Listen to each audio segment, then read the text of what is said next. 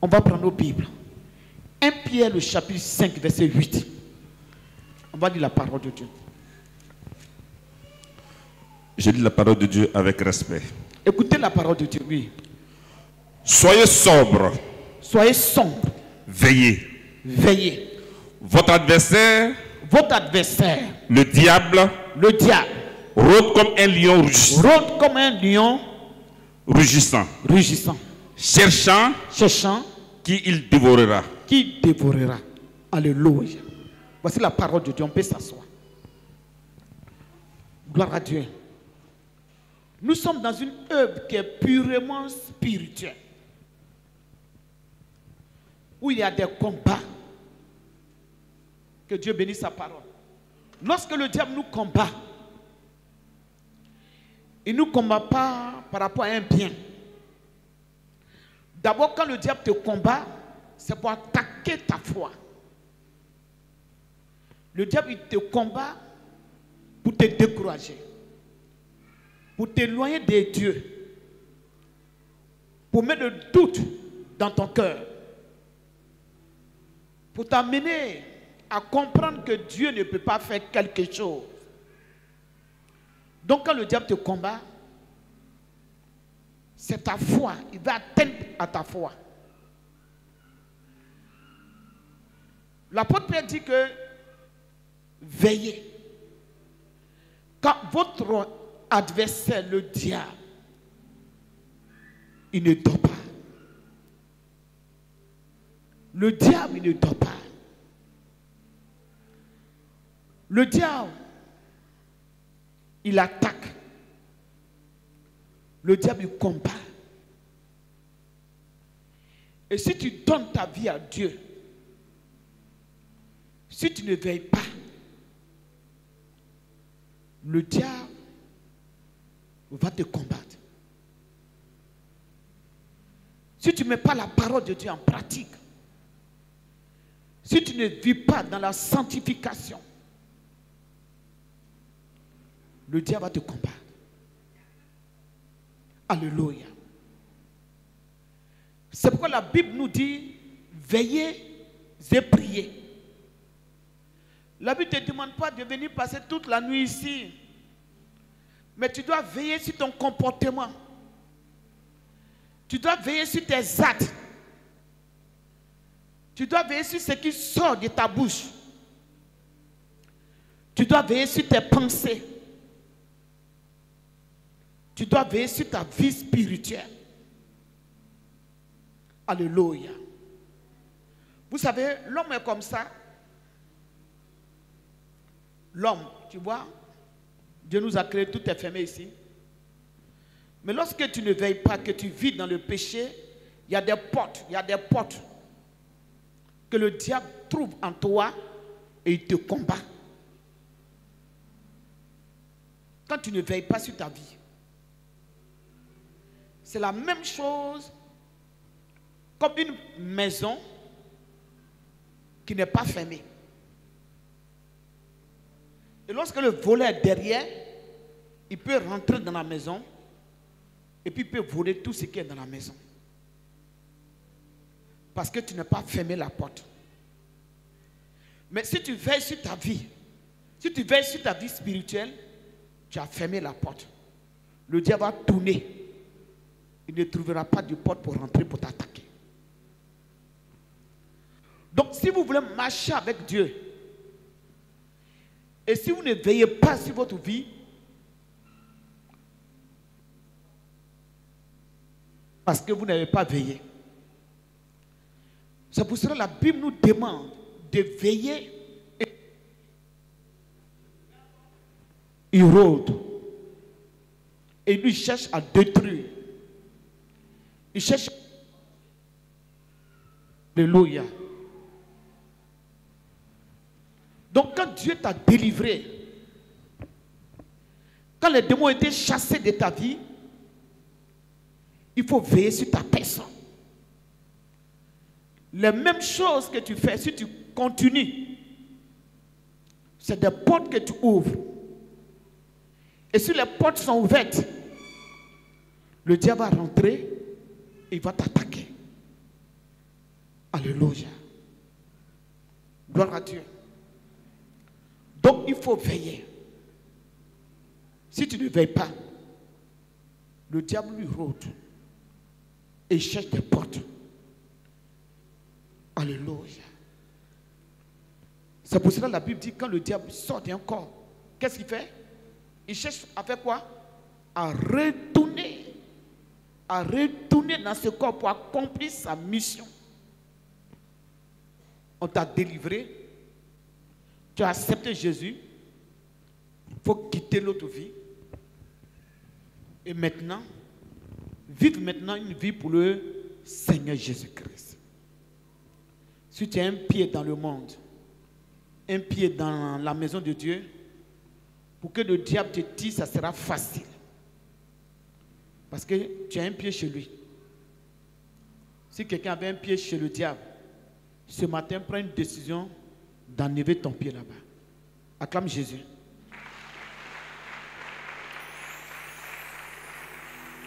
Touche quelqu'un, il faut enlever ton pied là-bas. Ce monsieur-là n'est pas bon, il va te tuer. Alléluia. Regarde ce qui va se passer. Matthieu le chapitre 13, versets 24 à 25.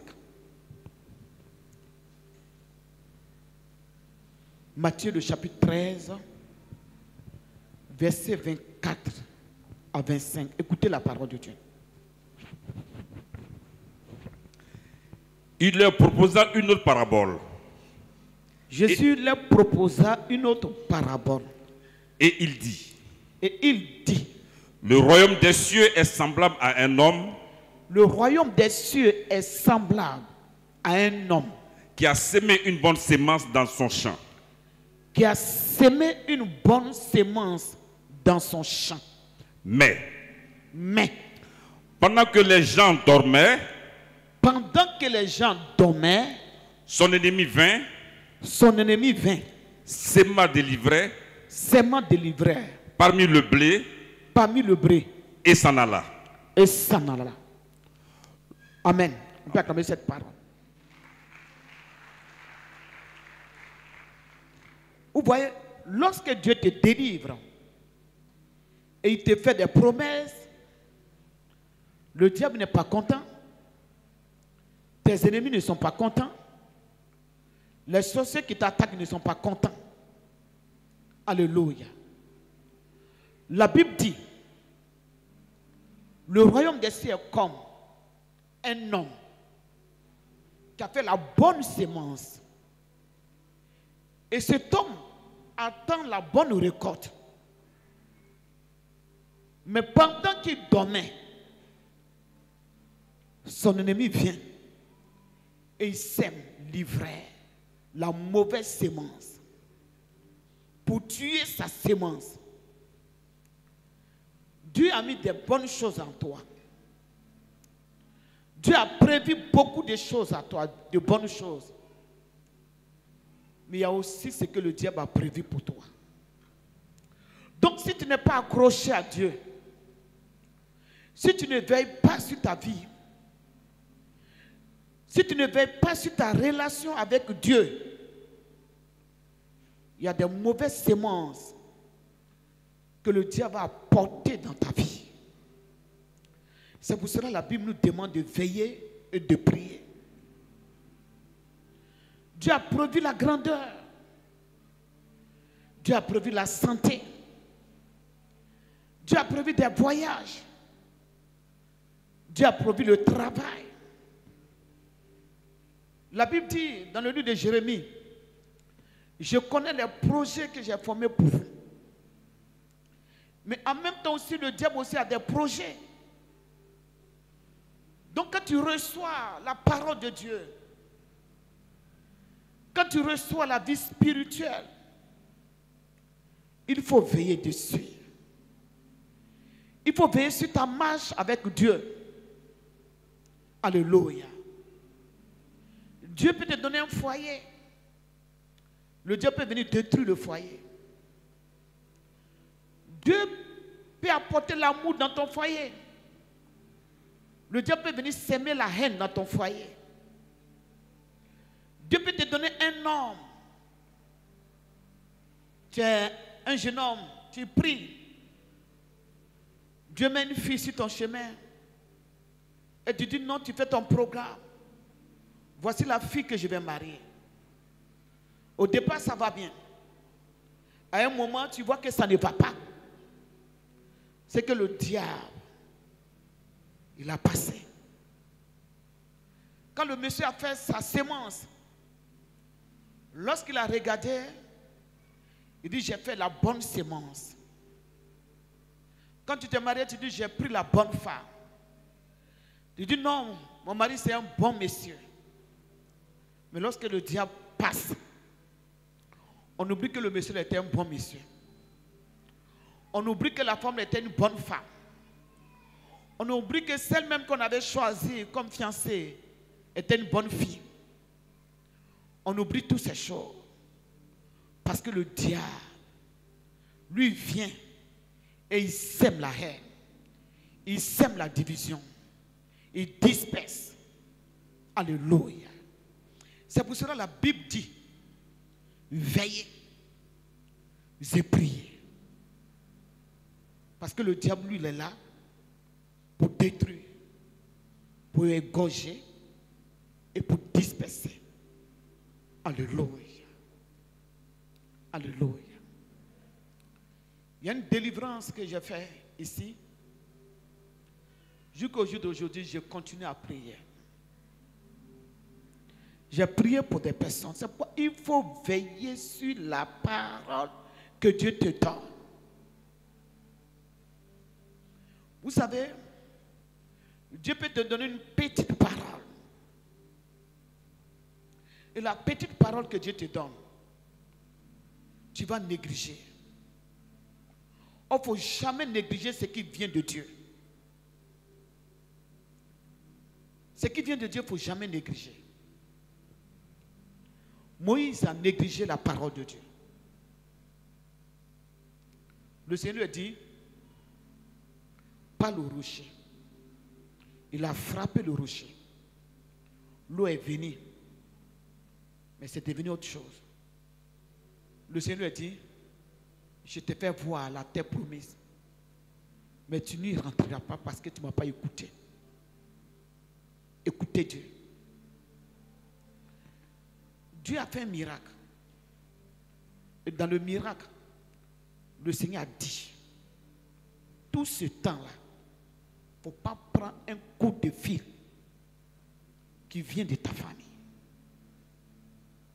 À cause du coup de fil, le miracle a été attaqué. Donc le Seigneur te met dans un principe. Et quand Dieu te met dans le principe, il faut veiller sur la parole de Dieu. Il faut veiller sur ce que Dieu t'a dit. Ne te laisse pas distraire. C'est comme Moïse qui lève les mains, Israël est fort. Mais Dieu le met dans un principe. C'est pourquoi la Bible nous demande, veillez et priez. Quand le diable, il rôde. Il rôde pour détruire.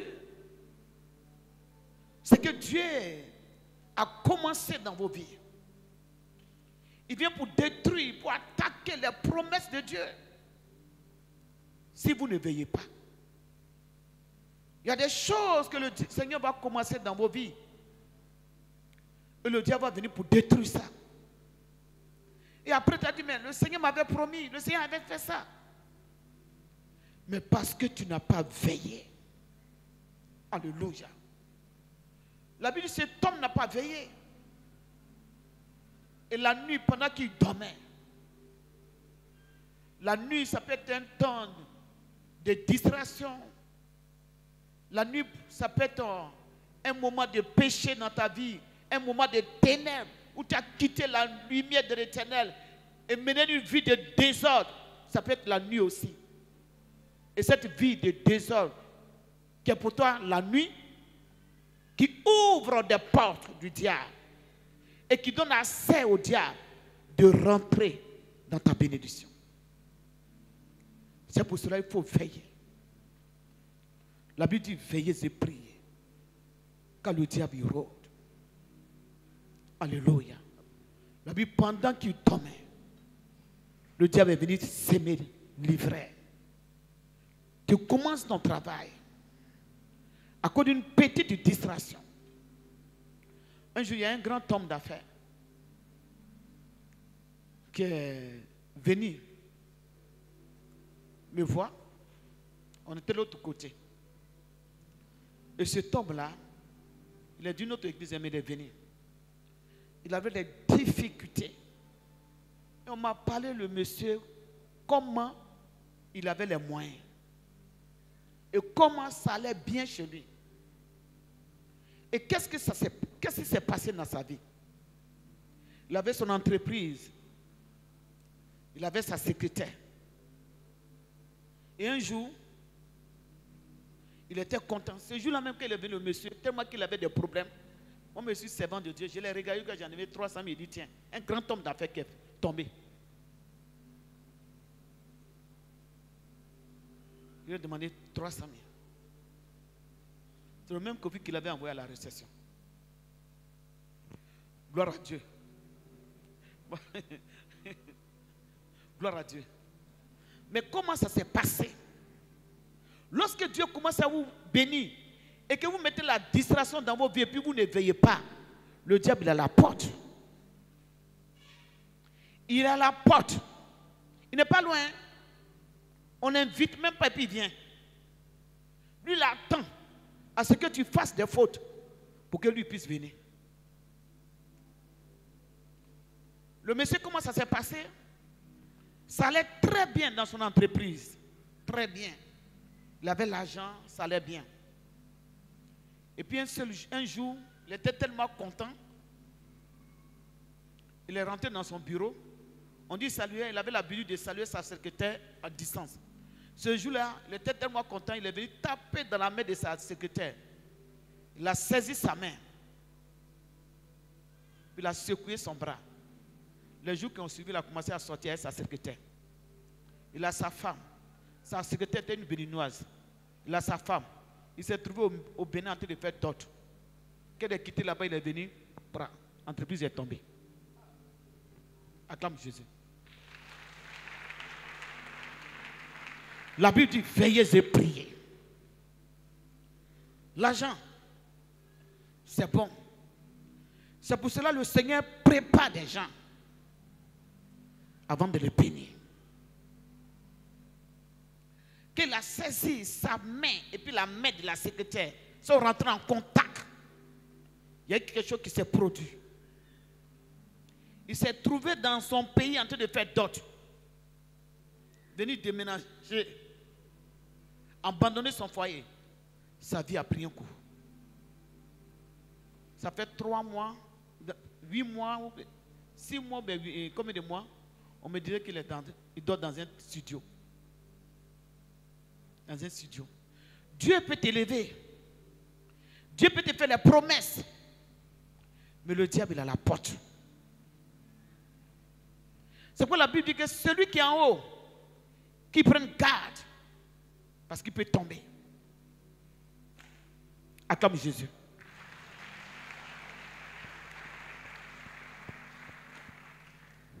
La Bible nous dit veillez et priez.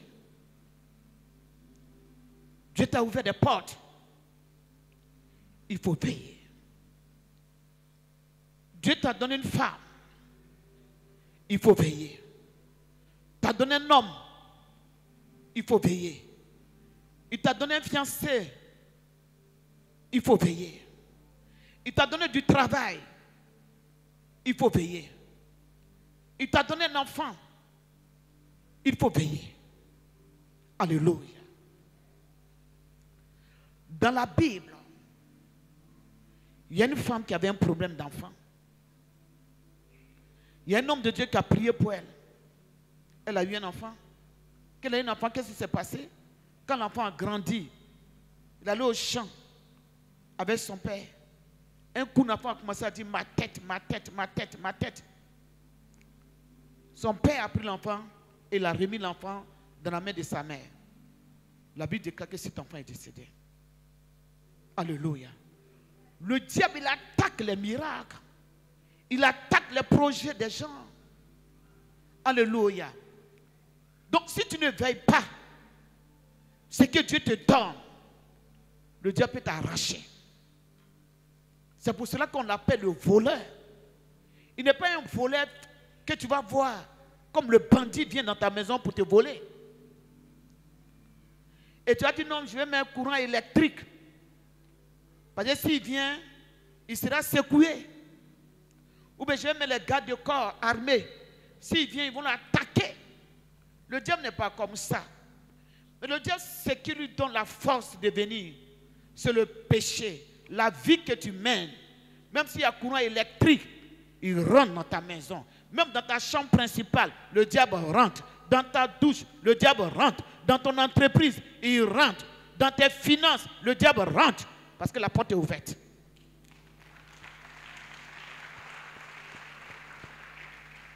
C'est ta vie qui va le chasser. Quelqu'un dit non, j'ai eu 2 millions, j'ai eu 2 milliards, je cours.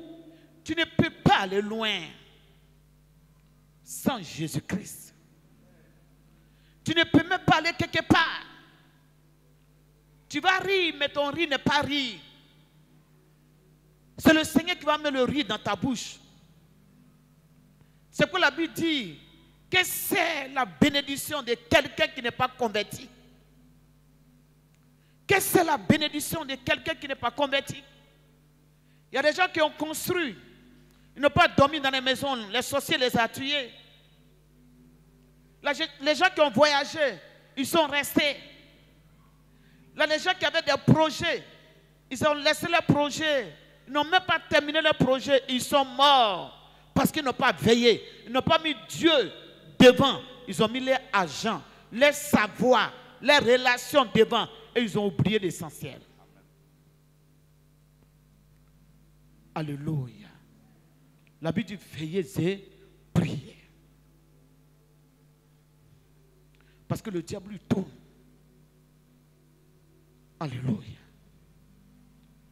C'est Dieu que vous devez chercher. Il faut chercher Dieu. Tu vas tout mettre. Tu vas fermer toutes les portes. Mais les portes ne seront pas fermées pour le diable. Ce qui va fermer les portes du diable, c'est ta relation, ta vie de sanctification, ta vie d'obéissance, ta vie de crainte de Dieu. Pour cela, des choses ont commencé dans la vie des gens. Des choses même qui venaient de Dieu. Et le diable a détruit ça. Parce qu'ils n'ont pas discerné. Et parce qu'ils n'ont pas veillé. Alléluia. Dieu il bénit. Dieu restaure. Mais le diable il détruit. Vous allez prendre un passage.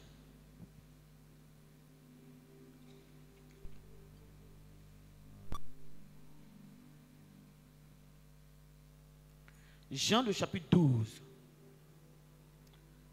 Verset 10 à 11. Jean 12, verset 10 à 11.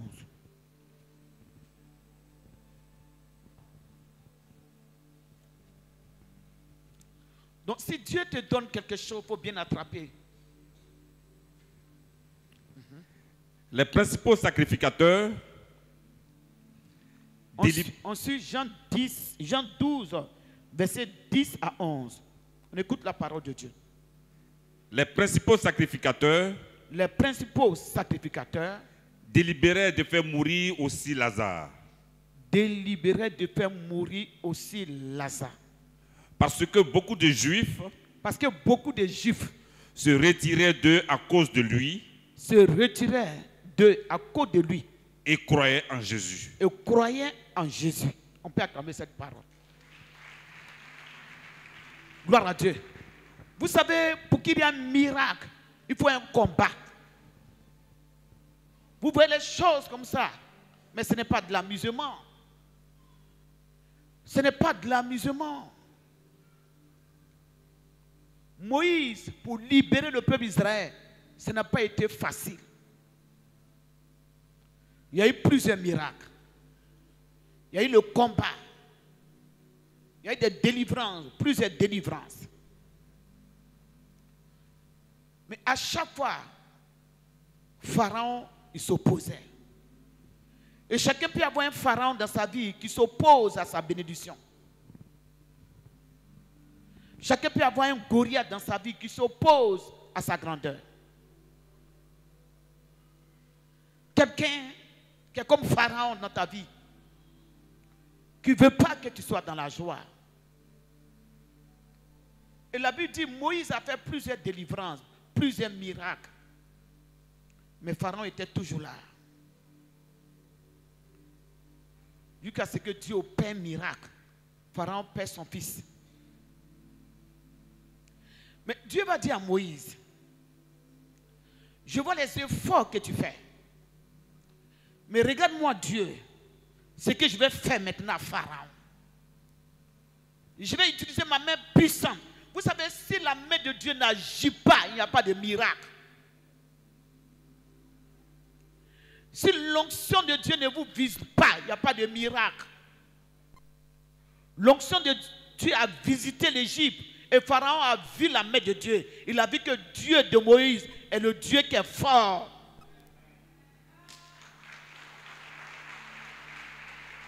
Il dit Moïse, il faut partir avec eux.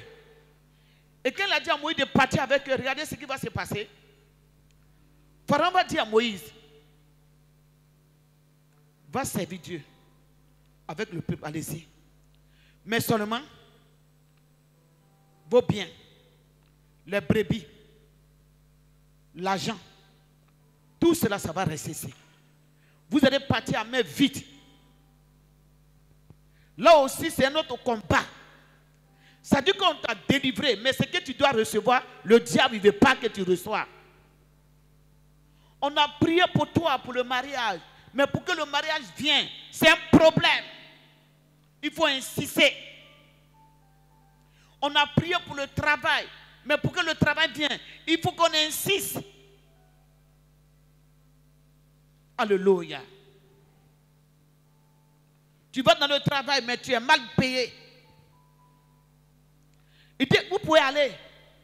Mais vos biens, vos troupeaux, tout ce que va vous donner la joie de vivre, moi, Pharaon, je ne vous donne pas. Le sorcier ne libère pas facilement. Le féticheur ne libère pas facilement. Celui qui t'attaque, il ne va pas facilement te libérer. Il faut la main de Dieu. Il faut la main de Dieu. Il faut la main de Dieu. Et il faut aussi ta vie avec le Seigneur que Dieu va regarder pour combattre pour toi. Mais si Dieu veut combattre pour toi et tu as un pied dans son camp, comment ça va se passer? Alléluia. Pharaon dit non. Dieu va combattre encore pour que Pharaon libère les biens pour qu'il puisse partir. Donc lorsque Dieu commence un travail dans ta vie, laisse Dieu achever ce qu'il a fait. Il faut laisser Dieu travailler ta vie. Il a travaillé ta vie, il a commencé. Pourquoi tu retournes dans les mêmes choses? Le Dieu va se moquer de toi. Parce qu'il va voir que tu ne connais pas la parole de Dieu. Le Dieu va voir que tu ne connais pas la valeur des choses spirituelles. Il va te prendre des choses. Alléluia. Lazare, Jésus l'a ressuscité. Les gens ont combattu Jésus. Les gens cherchent. Lorsqu'on prie pour vous, c'est des combats. Ils voulaient tuer et Jésus et Lazare qui a été ressuscité. Donc le miracle même que Dieu te donne, le diable vise ton miracle. Un jour, j'étais au bureau, j'ai prié pour une fille. Il y a des choses terribles qui sont passées. Je dis, lui là, on va le combattre. Lui là. Les sorciers de la famille, de la personne parlent en collaboration avec Satan. Donc vous avez des combats. La seule chose qui va vous libérer, c'est de prendre la parole de Dieu comme votre guide. Appuyez-vous sur la parole de Dieu. Marchez dans la crainte de Dieu. Lazare est ressuscité. Les gens sont contents. Mais il y a des gens qui font des réunions. Donc dans le monde des ténèbres, pendant que toi tu marches, il y a des réunions contre toi. Dans le monde mystique, pendant que toi tu es tranquille, il y a des réunions contre toi. Pour qu'on prie pour lui, puis le diable dit qu'on va le tuer. C'est parce qu'ils ont déjà arrêté ça. Alléluia. Gloire à Dieu. Lazare est ressuscité, Lazare vit sa vie. Mais il y a un conseil derrière Lazare. Il y a des complots contre Lazare. Des gens qui complotent contre Lazare. Et qui cherchent à le tuer. Et Lazare ne sait pas. Si tu savais ce qui se passe autour de toi. Si Dieu te faisait la grâce pour t'ouvrir les yeux, pour voir ce qui se passe autour de toi, peut-être c'est dans la maison de Dieu que tu allais dormir. Acclame Jésus.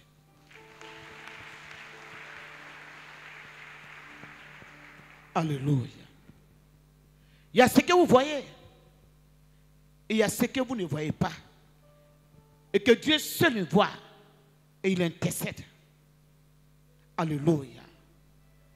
La Bible dit, veillez et priez. Celui que nous adorons, c'est lui qui a donné cette parole. Il dit, veillez et priez. Le diable rôde. Il tourne. Et chacun doit veiller. Tu trouves une fille, tu tombes ciel. Si elle est possédée, comment tu tombes ciel? Tu trouves un homme, tu te déshabilles. S'il est possédé, tu te déshabilles. Tu rentres en contact avec tout le monde. Et tu attends quoi? Ton corps, le diable va l'utiliser. Le diable va fatiguer ton corps. Parce que ton corps n'est plus le temple de Dieu.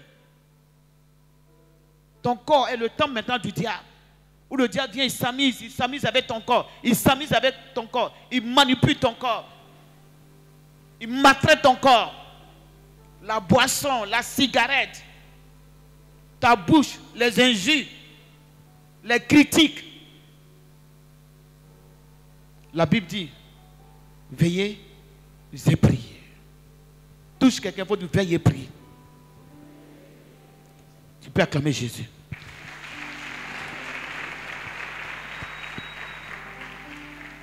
Alléluia.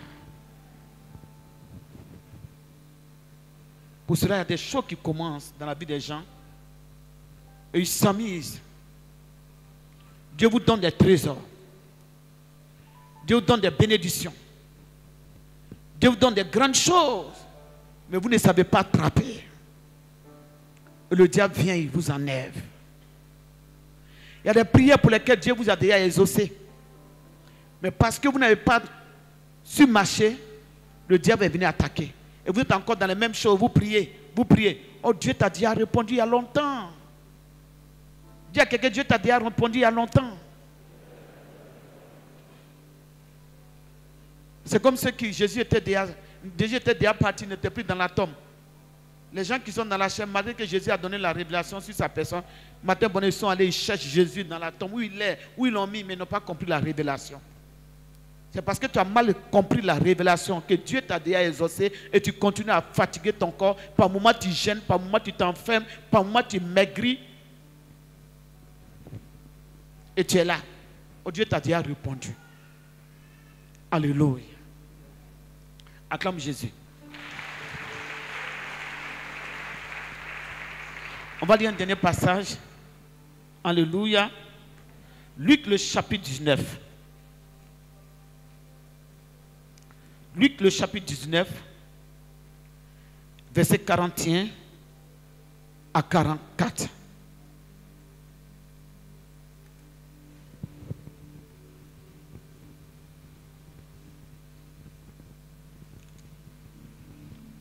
Gloire à Dieu. Qui est dans la joie ce matin?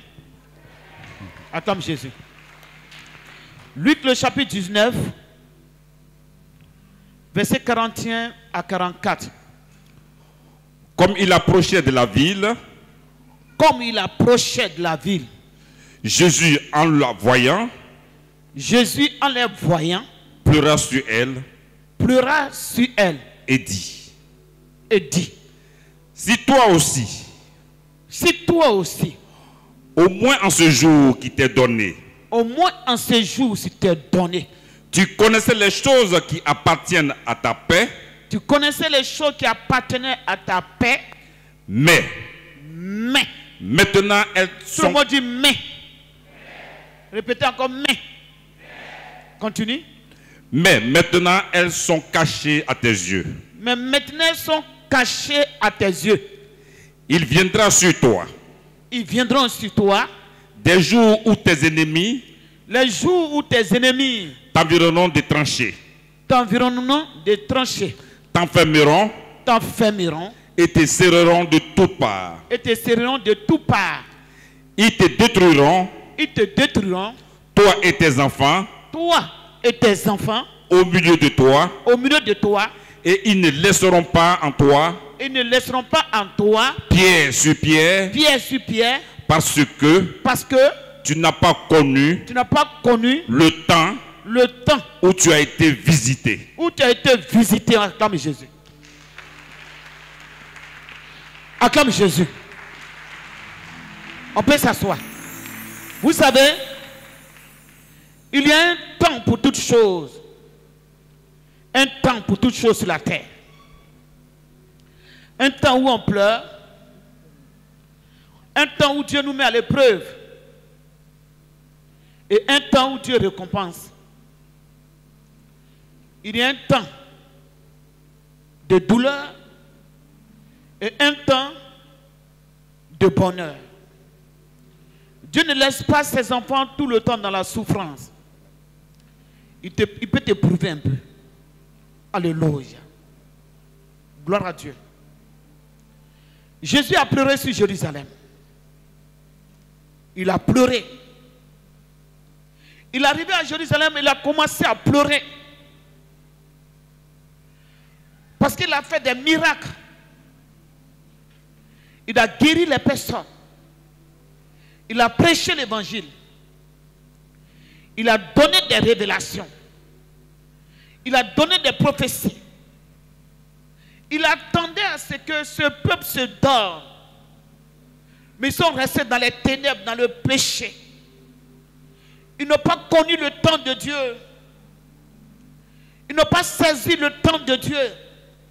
Donc il est important de saisir le temps de Dieu. Il y a un temps où Dieu te visite. Il y a un temps où Dieu se révèle à toi. Il y a un temps où Dieu te bénit. Et chacun doit saisir le temps. Chacun doit discerner le temps. Dans la Bible, il y avait une femme qui avait la perte de sang. Elle avait la perte de sang. Et Jésus passait. Elle dit non, c'est une occasion. C'est le moment où Jésus a saisi Jésus. Si je le laisse passer, je ne pourrai plus rencontrer Jésus. Je ne pourrai plus le voir. Il y a un temps, Dieu va te dire tes affaires. Il y a un temps, Dieu va te dire tu es guéri. Il y a un temps, Dieu va te donner un diplôme. Il y a l'âge que tu vas avoir, tu ne pourras plus aller chercher les diplômes. Il y a un temps aussi, tu vas te donner le mariage. Il y a l'âge, il va arriver un moment, le mariage sera difficile. Il y a un temps, Dieu va faire des choses. Et il y a un temps. Il y a un temps pour toutes choses.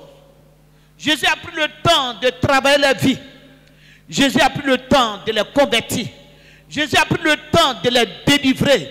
Mais ils sont restés, n'ont pas discerné le temps. Et ils sont restés dans leurs péchés. Et Jésus, tout le travail qu'il a fait, toutes les révélations qu'il a données, les visions qu'il a vues, les efforts qu'il a fait sur la vie, la Bible dit, quand Jésus est arrivé sur Jérusalem, et il a vu encore ces personnes encore dans le même état, qui n'a pas changé, qui était même chose, Jésus a commencé à pleurer.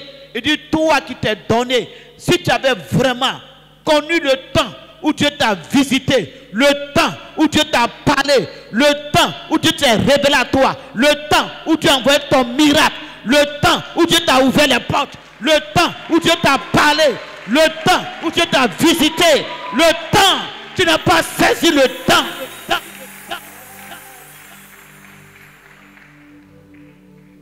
Le temps de Dieu.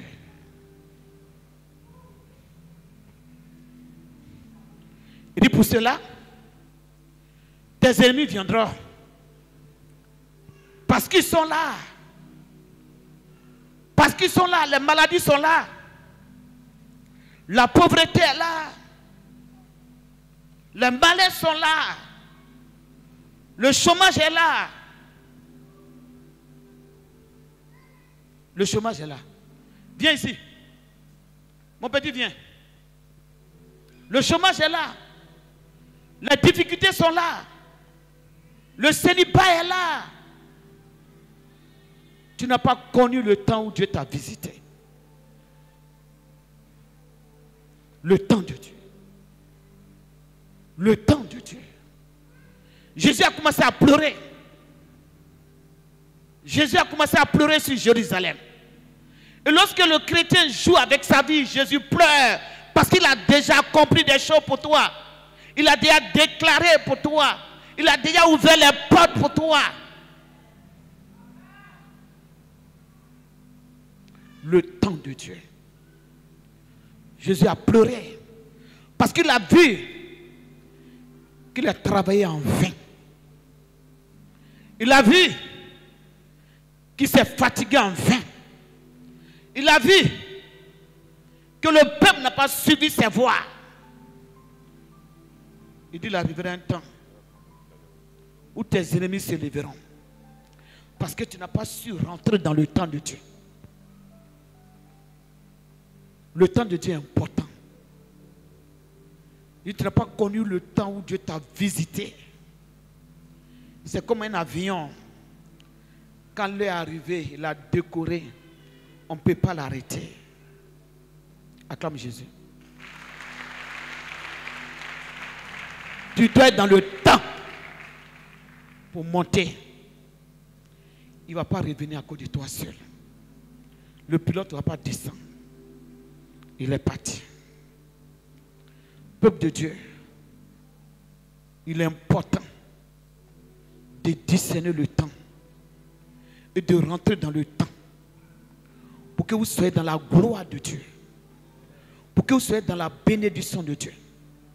Alléluia. Vous voyez mon petit? Viens. Vous voyez sa tête? Qui le connaît?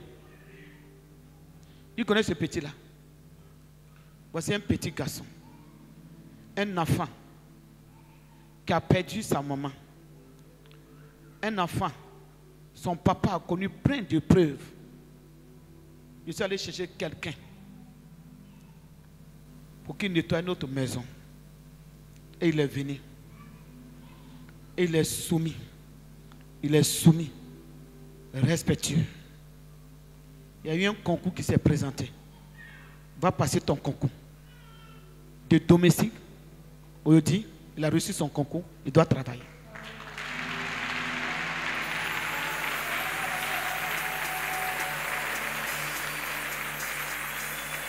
Voici comment.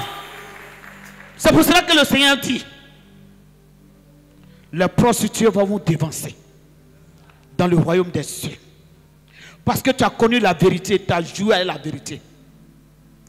Jésus, il y a des gens qui avaient déjà connu Jésus, mais qui jouaient avec l'évangile, qui jouaient avec sa personne, qui négligeaient sa personne, parce qu'ils avaient toujours Jésus-Christ. Une pauvre femme prostitueuse, elle est arrivée un seul jour, elle s'est mise en genoux, elle a pris ses cheveux, son parfum pour mouiller ses pieds, ses cheveux pour essuyer. Elle a été pardonnée. Elle est rentrée dans la grâce de Dieu. Si tu te dis que tu connais trop la parole de Dieu, tu risques de perdre certaines choses dans ta vie. Si tu te dis que tu es trop connaissant, tu risques de tomber dans le jugement de Dieu. Voici un enfant. Il est venu comme un domestique. On la voit, il court. Il court. Dieu a changé son statut. Parce que ça a marché. Que Dieu t'accompagne. C'est comme ça Dieu fait. Dieu confond ceux-là qui s'appellent les sages. Ceux qui se disent qu'ils sont trop intelligents, Dieu les confond. Il faut seulement discerner le temps de Dieu. Dieu, tu n'as pas connu le temps où Dieu t'a visité. Il dit, mon petit, mets-toi en genoux, ça va marcher pour toi. Parce que tu me sais avec le cœur. Et je suis dans la joie. Je n'ai pas besoin de faire des sacrifices pour toi. Mais mon cœur te bénit, mon cœur t'accompagne.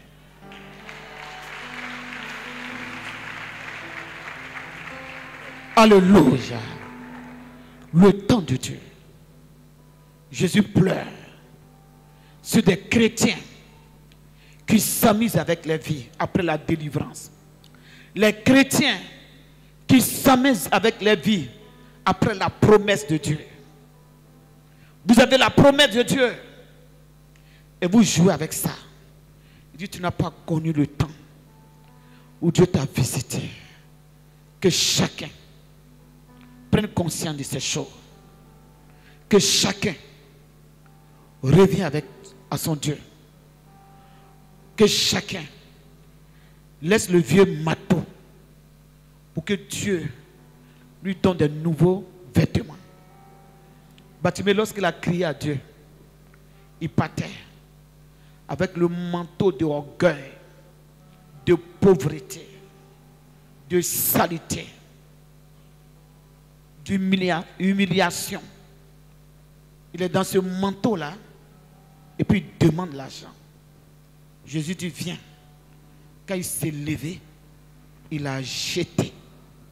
Ce que tu as qui te fatigue, si c'est l'orgueil, si c'est l'impudicité, si c'est le vol, si c'est le mensonge, ce matin, jette ça. Amen.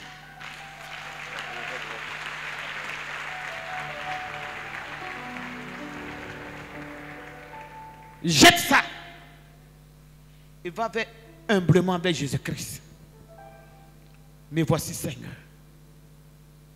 il va te rétablir. Il va te rétablir.